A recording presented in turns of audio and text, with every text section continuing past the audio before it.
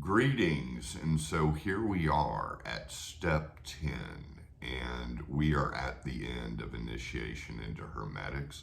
And maybe you're not at the end, wherever you are, you're just simply watching my videos, and I thank you for the support. The main takeaway from step 10, whatever step you're on, the main takeaway for you to know now is that it all comes down to the elements and the akasha and the electromagnetic fluid. And we learned that kind of early in initiation into Hermetics. And now we are just honing it and practicing it and doing it in different ways on different dimensions.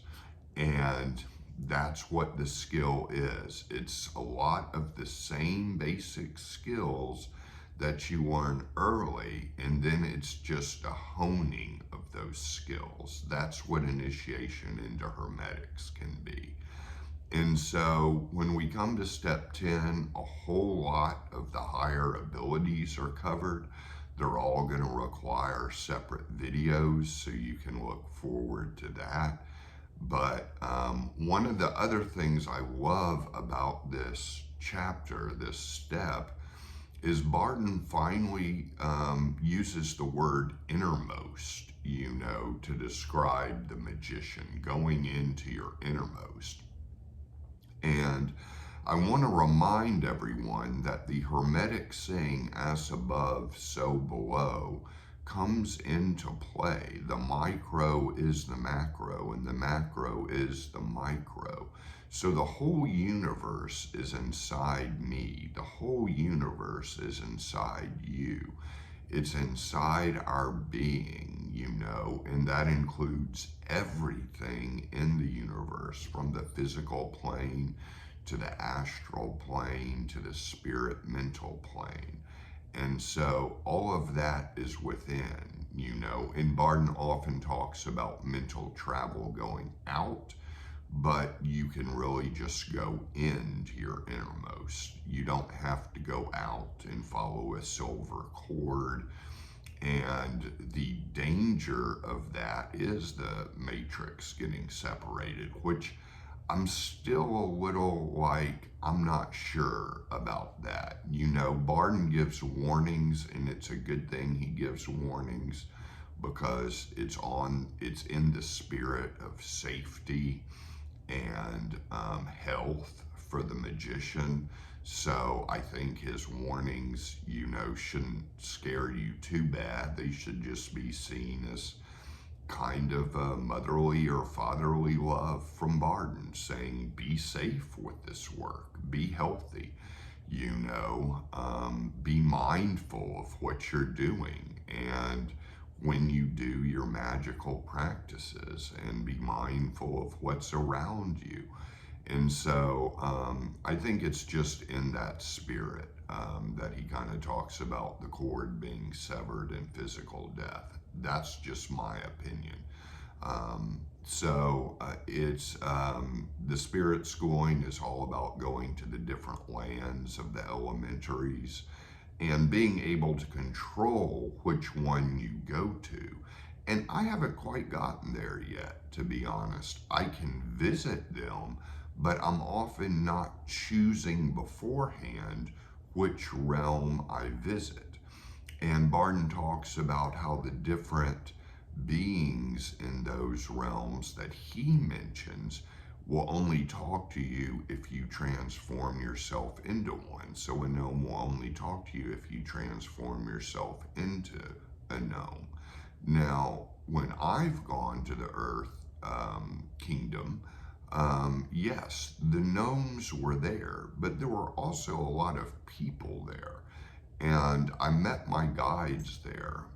Bardon talks about a guardian angel, but my experience is that I have multiple guides.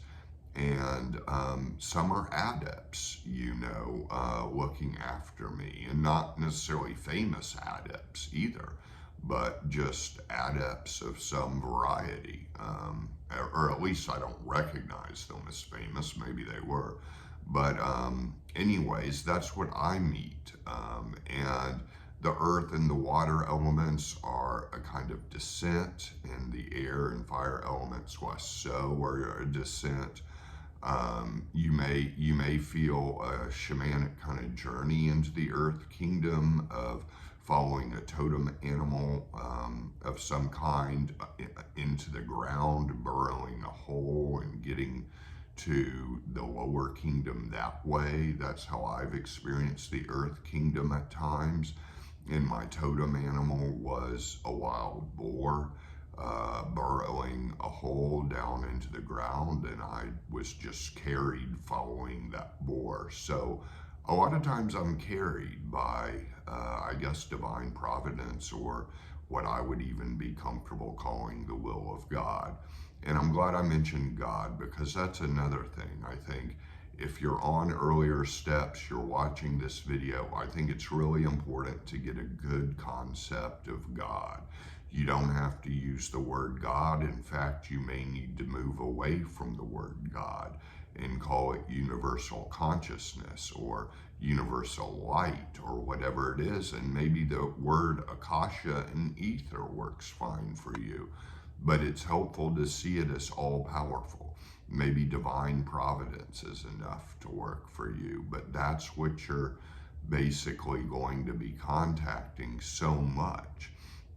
And I will say too, it's kind of silly, but I have been to the water kingdom. I have succumbed to the undines, the mermaids, and not really what a great magician should do, but I wasn't quite at the level to resist, which Bardon says can happen. And, he's mentioned some damage.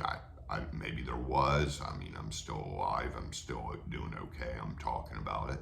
So that was that. Now, as far as the soul schooling, it's basically about communion with God. And I feel like you should already have a level of this through practicing throughout this work, vacancy of mind, and through practicing the great now and going into the great now, or as I like to call it, the great here now. And I feel like that should already have established a kind of deep connection with a higher power. And so Bardon starts off this chapter with saying, look, if there's areas you still need to hone up and touch up, definitely do it before starting this step. And because this step is still the same basic skills, but it's just at such a higher level and a higher intensity, and taking it to the next stage. And it's a stage that's so advanced, and it's so necessary to have so much charge doing these exercises in this step, that honing up on previous steps is definitely, I'd almost say it's mandatory, because hopefully you've been working those previous steps the whole time you've been moving on. And so Bardon does talk about in the physical schooling, now we're getting to the physical schooling, he talks about Brahma and Shakti, about a Kundalini awakening. I do feel like a Kundalini awakening of some kind should have happened.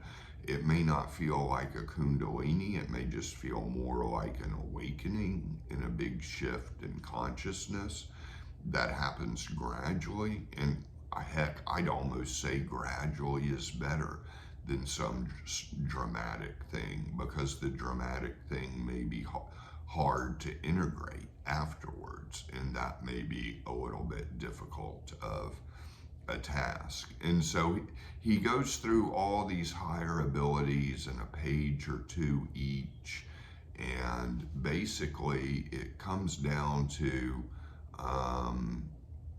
I'm going to have to make a separate video on all of them, but it's still the same basic skill set to get us there. And he says at the end, the magician doesn't have to master all of these. he can choose which ones he wants to specialize in.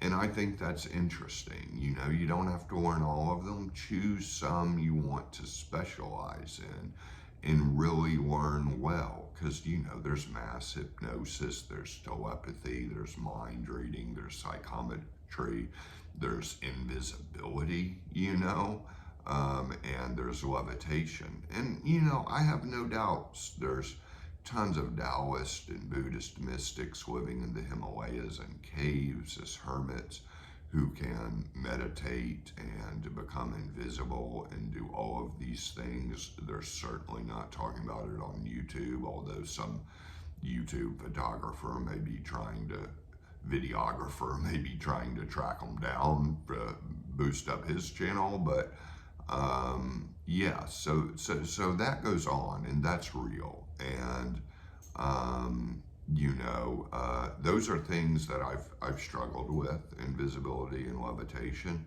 Have done them once each, but doing them consistently is still part of my work. So part of my work is in, you know, integrating these higher abilities and being able to get to do them just kind of at will, seamlessly, or without a lot of blocks, you know. But there's certainly no hurry, and I've said this before in my video. I've never been in a hurry, and Bardon says being in a hurry to get through the steps is not good. Enjoy the steps, enjoy the connection to the elements, and the connection to the Akasha, and the electromagnetic fluid taking off, because it is a healing. It is a healing, you know, it is a healing. And that's how I would feel about it. Not necessarily like spiritual fireworks, like, oh, wow, but it's healing. It's healing stuff.